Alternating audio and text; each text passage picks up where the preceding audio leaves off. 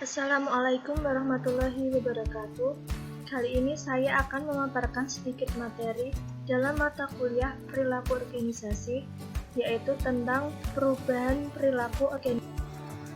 Oke, sebelumnya perkenalkan, nama saya Afifah Lestari dari Prodi Administrasi Negara semester 5 dengan nomor induk mahasiswa 18331076. Tentang pengertian perubahan organisasi. Menurut Hatch, tahun 1997, perubahan organisasi secara kesederhananya dapat diartikan sebagai pembahasan mengenai mengapa, kapan, dan bagaimana organisasi melakukan perubahan. Perubahan organisasi adalah suatu proses di mana organisasi tersebut berpindah dari keadaannya yang sekarang menuju ke masa depan yang diinginkan untuk meningkatkan efektivitas organisasinya. Jadi, perubahan organisasi merupakan suatu proses perubahan yang terjadi di dalam ataupun di luar organisasi, pada tingkat individu atau kelompok yang terjadi secara bertahap dan kontinu, dengan tujuan untuk memajukan dan mengembangkan organisasi. Selain penyebab perubahan organisasi, yang pertama faktor internal. Perubahan yang disebabkan karena faktor dalam atau faktor internal dalam suatu organisasi. Perubahan ini terjadi karena adanya konflik atau permasalahan internal seperti perubahan tujuan, perubahan jumlah personel, menurunnya semangat kerja. Permasalahan tersebut dapat diatasi dengan cara pengambilan keputusan dari seseorang pemimpin organisasi menentukan kebijakan baru dalam suatu organisasi untuk mengatasi masalah tersebut. Yang kedua, faktor eksternal, yaitu perubahan organisasi yang disebabkan oleh faktor dari luar organisasi, seperti regulasi pemerintah, kondisi ekonomi, tindakan pesaing. Perubahan eksternal ini akan menghambat pertumbuhan dan perkembangan organisasi dalam mewujudkan tujuan-tujuan dan cita-cita organisasi. Faktor ini dapat diatasi dengan cara kerjasama antara organisasi untuk mewujudkan cita-cita bersama dengan adanya kesepakatan yang telah dibuat sebelumnya. Ya, jenis perubahan organisasi. Yang pertama, perubahan tidak terencana. Perubahan bersifat spontan tanpa ada arahan dari agen perubahan. Jenis-jenis perubahan yang tidak dapat diantisipasi oleh organisasi. Contohnya, pemogokan liar yang membuat pabrik tutup atau konflik interpersonal yang menghasilkan prosedur baru dalam hubungan antar departemen. Yang kedua, perubahan terencana. Perubahan ini dihasilkan oleh usaha-usaha yang dilakukan oleh agen perubahan. Perubahan ini merupakan respon dari adanya perbedaan antara apa yang diharapkan dan kondisi aktual. Contohnya dalam suatu organisasi yang menerapkan teknologi informasi dalam organisasinya sehingga dapat membantu organisasi dalam mewujudkan tujuan dan cita-cita organisasi. Selanjutnya, aktor perubahan organisasi. Yang pertama, agen perubahan, yaitu mereka yang memiliki kemampuan sebagai pelopor dan motivator perubahan dalam organisasi. Yang kedua, manajer perubahan, yaitu mereka yang memiliki kapabilitas khususnya dalam membuat rencana, mengorganisir dan mengimplementasikan perubahan. Yang ketiga, fasilitator perubahan, yaitu orang-orang yang tersebar di semua level organisasi dan secara aktif mendukung agen perubahan dan manajer perubahan. Yang keempat, penghalang perubahan, yaitu pihak-pihak yang secara pasif menentang perubahan dikarenakan merasa enggan atau cukup puas dengan kondisi yang ada. Yang kelima, penentang perubahan, yaitu mereka yang secara aktif dan terang-terangan menentang perubahan.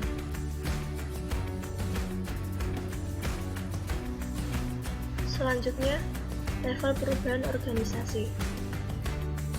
Yang pertama, perubahan makroevolusioner, merupakan perubahan-perubahan organisasi yang disebabkan oleh perilaku organisasi-organisasi lain. Tindakan-tindakan yang dilakukan organisasi lain seringkali mempengaruhi suatu organisasi sehingga terjadi perubahan. Yang kedua, perubahan mikroevolusioner merupakan perubahan-perubahan yang disebabkan pengaruh faktor-faktor internal dalam siklus atau daur kehidupan organisasi, baik karena pertambahan ukuran dan kompleksibilitas maupun masalah perubahan dan penurunan organisasi. Yang ketiga, perubahan politis merupakan perubahan pada level individu, biasanya pergulatan politik dan kekuasaan dalam organisasi.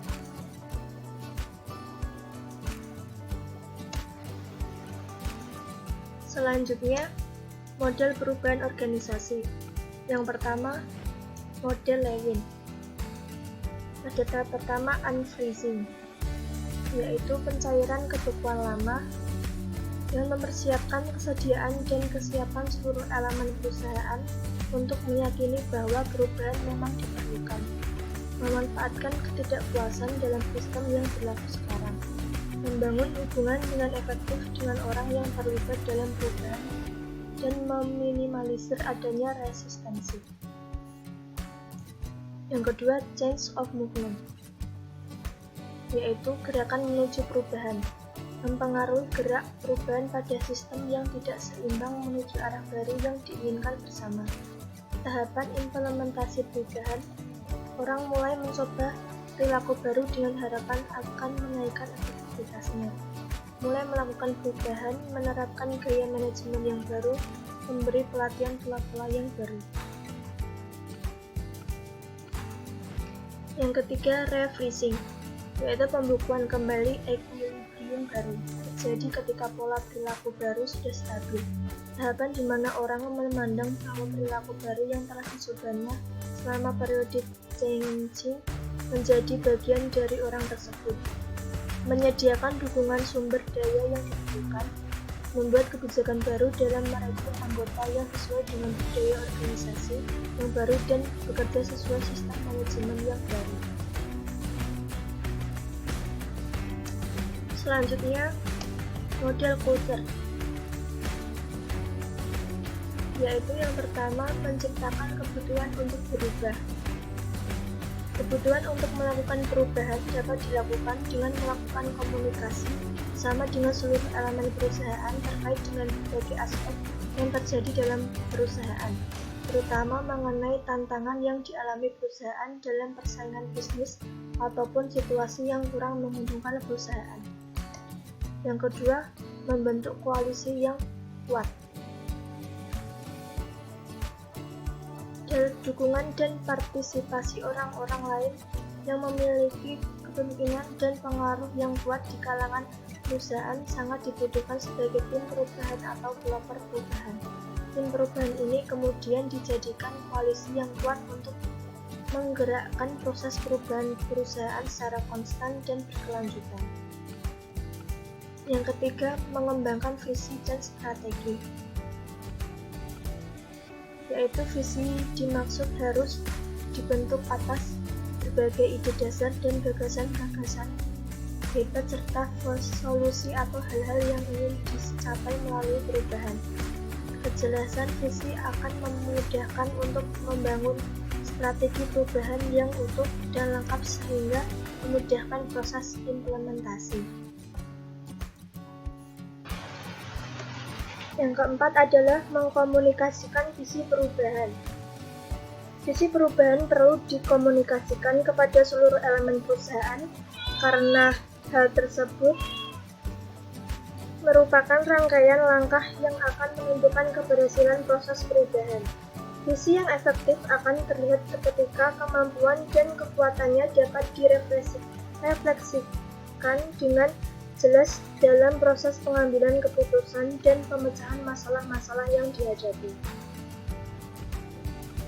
Yang kelima, menggerakkan, mendukung, dan memberdayakan lebih banyak orang.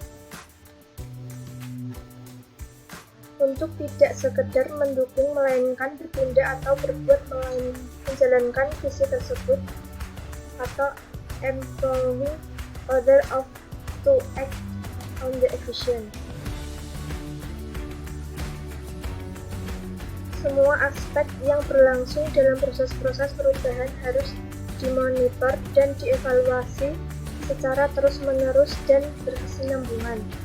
Jika dalam melaksanakan ditemukan hambatan-hambatan yang mengganggu, baik dalam arti teknis maupun karena sikap dan perilaku tertentu dari sebagian karyawan tertentu, para pemimpin dan tim perubahan harus berani mengambil tindakan yang tepat melalui koreksi dan penyesuaian yang diperlukan.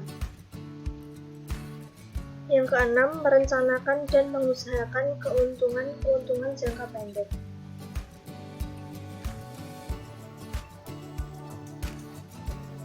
Perbedaan antara model Lewin dan Kotter adalah: yang pertama, model Kotter penekanannya kepada konsistensi dan dinamika perubahan.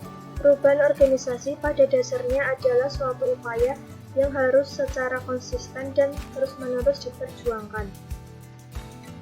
Tahap-tahap perubahan Kotter tidak terpisah-pisah, melainkan saling berhimpit. Selanjutnya, pandangan tentang perubahan organisasi. Yang pertama, pandangan postmodern, yaitu perubahan organisasi bisa menjadi suatu sarana dominasi bagi pengelola organisasi yang secara sadar atau tidak memiliki kecenderungan totalitarianisme atau sikap-sikap diktator.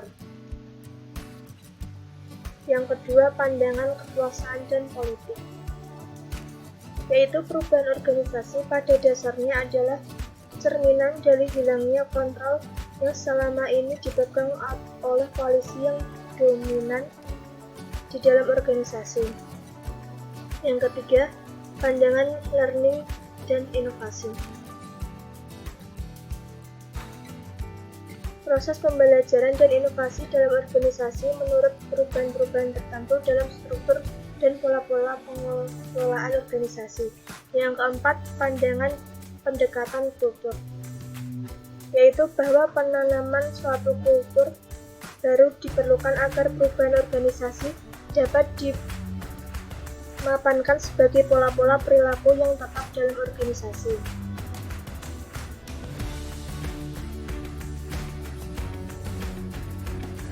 Selanjutnya, 3 macam perubahan.